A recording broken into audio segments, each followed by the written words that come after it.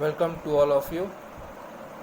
आज मैं इस वीडियो लेक्चर के माध्यम से स्नातक खंड 1 यानी कि पार्ट 1 के छात्र छात्राओं को द्वितीय पत्र, जिसमें आपको असामान्य मनोविज्ञान पढ़ना है, तो असामान्य मनोविज्ञान की आज मैं चर्चा करूंगा। और इस असामान्य मनोविज्ञान के अंतर्गत असामान्य के कितने प्रकार हैं, असामान्यता के कितने प्रकार हैं, टाइप ऑफ एबनॉर्मलिटी के कितने प्रकार हैं, इसकी चर्चा आज हम आपके सामने करने जा रहे हैं। तो इसमें सबसे पहले असामान्यता को समझने और इसके कारण तथा उपचार को जानने के लिए यह आवश्यक है कि हम इसके प्रकारों की जानकारी प्राप्त कर लें कि आखिर ये कितने प्रकार के होते हैं असामान्यता, और उसी के आधार पर हम उसके कारण की जानकारी प्राप्त कर सकते हैं या उसका जो उपचार होता है असामान्यता के उपचारों की भी जानकारी हमें प्राप्त हो सकती है। तो इसके प्रकारों को जानने के लिए असामान्यता के कितने प्रकार हैं, इसकी चर्चा हम बारी बारी से आपको करेंगे कि कितने प्रकार के असामान्यता होते हैं। जिसमें कि पहला जो इसका प्रकार है असामान्यता का, वह है मनोस्नायु विकृति, साइकोन्यूरोसिस। मनोस्नायु विकृति यह एक किस्म का बहुत ही एक ऐसा मानसिक विकृति है जो बहुत ही सामान्य मानसिक विकृति कहा जाता है, जिसकी तीव्रता काफ़ी कम होती है। और इस प्रकार की मानसिक विकृति से करीब करीब सभी लोग कहीं ना कहीं प्रभावित रहते हैं। लेकिन जब इस मानसिक विकृति की तीव्रता थोड़ी बढ़ जाती है या बारंबारता थोड़ी बढ़ जाती है, तो हम इसको मानसिक रोग की तरह देखने लगते हैं। यह एक चुनौतीपूर्ण परिस्थिति का सामना करने में जब व्यक्ति अपने आप को असमर्थ पाता है, ऐसा देखने में आता है कि इस तरह का जो असामान्यता होता है, मनोस्नायु विकृति जो असामान्यता है, इसमें जब किसी व्यक्ति के सामने कोई ऐसी चुनौतीपूर्ण परिस्थिति आती है जिसके संपूर्ण प्रयासों के बावजूद भी वह व्यक्ति उस समस्या का सामना नहीं कर पाता है, और जब वह उस समस्या का सामना नहीं कर पाता है तो उसमें अनेक प्रकार की मानसिक विकृतियों के लक्षण देखने को मिलते हैं। और उसमें से अनेक प्रकार की मानसिक असामान्यता के लक्षण दृष्टिगोचर होते हैं, और हमको जब वह जिसमें कि मानसिक लक्षण भी होते हैं, शारीरिक लक्षण भी होते हैं। और मानसिक लक्षणों के अंतर्गत जैसे चिंता, आंतरिक तनाव, अयोग्यता के भाव और एकाग्रचित होने की जो अयोग्यता है, स्मृति का ह्रास, ये सब जो हैं ये अकारण होते हैं, इसका कोई कारण नहीं होता है। ठीक है, चिंता हर व्यक्ति को होती है, हर सामान्य व्यक्ति को चिंता होती है। कभी कभी व्यक्ति इतना चिंतित हो जाता है कि उसको लगता है कि उसका व्यक्तित्व थोड़ा असंतुलित होने लगता है। लेकिन उस चिंता को जब वह समझता है कि यह अकारण हम चिंता कर रहे हैं, इसका कोई खास कारण नहीं है, तो व्यक्ति अपने आप को उस लक्षण से दूर कर लेता है। लेकिन जो मनोस्नायु विकृति के जो पेशेंट होते हैं, जो रोगी होते हैं, उनमें ये सब जो शारीरिक लक्षण हैं वे हमेशा वर्तमान रहती हैं। और यह जानते हुए भी कि ये सारे जो हम लक्षण हैं, ये जो चिंता का लक्षण, स्मृति का लोप हो जाना या स्मृति का कमज़ोर पड़ जाना, ये सब जो है वह अकारण है। कभी कभी तो होता है कि व्यक्ति को किसी अशुभ घटना की संभावना होने लगती है कि कुछ होगा, यह समझ के वह चिंतित हो जाता है। तो ये सारे जो लक्षण हैं ये मनोस्नायु विकृति के लक्षण हैं, जो एक सामान्य लक्षण है, जो एक सामान्य मानसिक रोग का ये सब लक्षण हैं। उसी तरह से कुछ शारीरिक लक्षण भी हैं इसमें। मानसिक लक्षणों के साथ साथ कुछ शारीरिक लक्षण भी होते हैं, जैसे सर दर्द हुआ, पेट की गड़बड़ी हुई, अति थकान की अनुभूति, ज्ञानात्मक क्रियाओं का ह्रास, इसमें इसकी क्षमताओं में ह्रास इत्यादि, ये जो हैं ये शारीरिक लक्षण हैं। तो हम कह सकते हैं कि मनोस्नायु विकृति एक ऐसा असामान्यता का प्रकार है जो बहुत तीव्र तो नहीं होता है, उससे व्यक्ति को कोई खास हानि तो नहीं होती है, या समाज को भी कोई खास हानि या कोई खास उससे दिक्कत नहीं होती है, परंतु यह एक मानसिक बीमारी है। जब इसकी बारंबारता या इसकी तीव्रता जब ज़्यादा बढ़ जाती है तो व्यक्ति अपने आप में परेशान रहने लगता है, उस व्यक्ति को ही परेशानी होने लगती है। तो मनोविकृति के रोगी जो होते हैं, जो मनोस्नायु विकृति के रोगी हैं, उनमें भला बुरा सोचने की कोई शक्ति नहीं होती है, वे आत्मनिर्भर कभी नहीं हो पाते हैं, एक सामान्य काम करने के लिए भी उनमें कोई संयम नहीं होता है, संयम का काफ़ी अभाव देखने को मिलता है। तो ये सारे जो लक्षण हैं वह मनोस्नायु विकृति के लक्षण हैं। उसी तरह से जो दूसरा प्रकार है असामान्यता का, वह दूसरा प्रकार है मनोविकृति। पहला प्रकार था मनोस्नायु विकृति और दूसरा जो प्रकार है उसको कहते हैं मनोविकृति।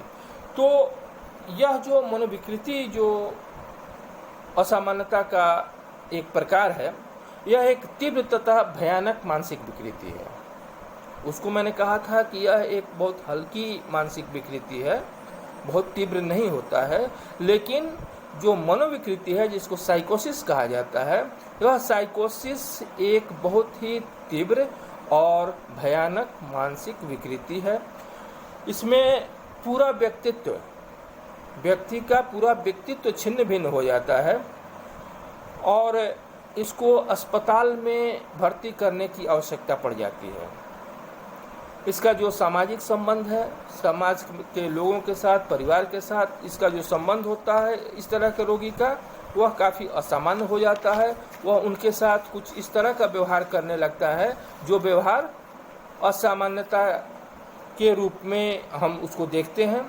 और इससे जो भी पीड़ित व्यक्ति होता है उसमें डिल्यूजन, व्यामोह, विभ्रम, जिसको हम हैलुसिनेशन कहते हैं, ये सारे जो लक्षण हैं इसकी प्रचुरता देखने को मिलती है। अब आपको डिल्यूजन और हैलुसिनेशन ये सब क्या है, इसको आपको जनरल साइकोलॉजी में आप पढ़े होंगे, जो फर्स्ट पेपर है उसमें आपने भ्रम, विभ्रम और इसकी चर्चा आपने की होगी, उसमें आपको टीचर बताए होंगे। तो ये इसमें की प्रचुरता इसमें देखने में आती है। ये सुखद परिस्थितियों में हंसने लगते हैं, इनका जो व्यवहार होता है, तो कोई जब सुखद परिस्थिति होगी तो ऐसी परिस्थितियों में वे हंसने के जगह पे रोना शुरू कर देते हैं। दुखद परिस्थितियों में उनका व्यवहार प्रतिकूल होता है। दुखद परिस्थितियों में जहाँ दुख जाहिर करना होता है, जहाँ दुख की का ये एक्सप्रेशन होना चाहिए, वहाँ उनको दुख की अनुभूति नहीं होती है, बल्कि वे हंसते हैं। तो ये जो प्रतिकूल जो व्यवहार है व्यक्ति का, उसी तरह से कभी ये एक डिल्यूजन ऑफ ग्रैंड्योर होता है, जिसको हम कहते हैं कि महानता का व्यामोह। यह साइकोसिस के पेशेंट में ज़्यादा देखने को मिलता है। वह उनमें महान बनने कि हम महान हैं, इसका व्यामोह उनमें अंदर चला जाता है। उनके अंतर्गत वो अपने आप को गांधी नेहरू समझने लगते हैं, वह अपने आप को भगवान का देवदूत समझने लगते हैं। यानी कि उनको लगता है कि मैं एक बहुत ही महान व्यक्ति हूँ और उसी के अनुसार वे अपना व्यवहार भी करने लगते हैं, और व्यवहार कभी कभी काफ़ी उनका विध्वंसकारी भी हो जाता है। जो साइकोसिस के पेशेंट होते हैं, जो मनोविकृति के पेशेंट होते हैं, उनके व्यवहार में कभी कभी ऐसा देखने में आता है कि वे काफ़ी विध्वंसक हो जाते हैं, काफ़ी डिस्ट्रक्टिव हो जाते हैं। मारना पीटना, झगड़ा करना, किसी वस्तु को तोड़ देना, फेंक देना, इत्यादि इत्यादि, इस तरह के व्यवहार जिसको हम पागल की संज्ञा देते हैं, सामान्य जीवन में जिसको हम पागल की संज्ञा देते हैं, वैसा व्यवहार उनमें देखने को मिलता है। इनका बौद्धिक स्तर जो होता है या बौद्धिक जो क्षमता होती है वह बिल्कुल ही नष्ट हो जाती है। ऐसे लोगों में भाषा विकृति, चिंतन विकृति, सामवेगिक विकृति आदि देखने को मिलता है। भाषा, ये बोलने की जो उनकी लहजा होती है, जो उनका लैंग्वेज होता है, उसमें विकृति देखने को मिलता है। उनकी जो चिंतन करने की प्रक्रिया होती है, उनकी जो किसी बात को सोचने की प्रक्रिया होती है, जो उनका थिंकिंग प्रोसेस होता है, वह त्रुटिपूर्ण होता है, उसमें दोष होता है। तो ये सारे जो लक्षण हैं वे मनोविकृति के अंतर्गत आते हैं, जिसको हम साइकोसिस कहते हैं। तो ये दो प्रकार हुआ। तीसरा जो इसका प्रकार है वह है मानसिक दुर्बलता। असामान्यता का जो तीसरा प्रकार है वह है मानसिक दुर्बलता, जिसको कहते हैं मेंटल रिटार्डेशन या डिफिशियंसी। मेंटल डिफिशियंसी कहें या मेंटल रिटार्डेशन कहें, मानसिक दुर्बल। तो असामान्य मानसिक ये जो असामान्य मनोविज्ञान में जो व्यक्ति मानसिक रूप से दुर्बल होता है, उस व्यक्ति को भी हम असामान्य व्यक्तित्व के श्रेणी में रखते हैं। वैसे लोगों को भी हम एबनॉर्मल के श्रेणी में ही रखते हैं, और इनके मानसिक विकास इसीलिए अतार्किक और असंगत हो जाता है, क्योंकि उनका जन्म के समय तो जो मानसिक विकास जन्म के बाद या जन्म के समय उनकी जो मानसिक स्थिति होती है वह सामान्य बच्चों के विपरीत होती है। जो जितनी तीव्र गति से एक सामान्य बच्चे का मानसिक विकास होता है, उस तीव्र गति से एक मानसिक दुर्बल बच्चे का मानसिक विकास नहीं होता है। प्रायः ऐसे व्यक्ति को हम बुद्धिहीन, मंद बुद्धि, दुर्बल बुद्धि वाला कहते हैं ना। सामान्य बोलचाल की भाषा में भी कोई बच्चा यदि सामान्य बच्चों की तुलना में कम बुद्धि रखता है तो हम कहते हैं कि एकदम मंद बुद्धि है क्या, हम कहते हैं। उसी तरह से दुर्बल बुद्धि की भी कहा जाता है, उसी तरह से हम उसको बुद्धिहीन भी कहते हैं, कभी कभी कहते हैं कि एकदम बुद्धिहीन व्यक्ति है। तो ये इन सारी संज्ञाओं से उसको हम परिभाषित करते हैं और बताते हैं कि ये मानसिक दुर्बल व्यक्ति है, और यह असामान्यता की श्रेणी में ही आता है। इसमें मानसिक विकास किसी स्थल विशेष पर आकर रुक जाता है। जैसे कुछ बच्चे तो होते हैं कि जन्म के समय से ही वे मानसिक रूप से कमज़ोर होते हैं, ठीक है।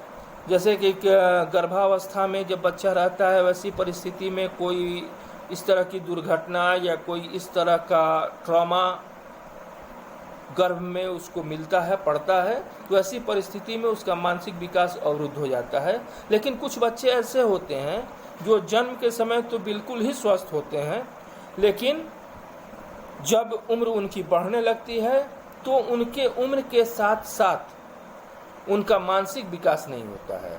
उनका शारीरिक विकास जिस गति में होता है उस गति में उनका मानसिक विकास नहीं होता है। और कभी कभी तो ऐसा देखने में आता है कि उनका मानसिक विकास किसी खास स्टेज पे आके, किसी खास स्तर पे आके तो रुक सा जाता है।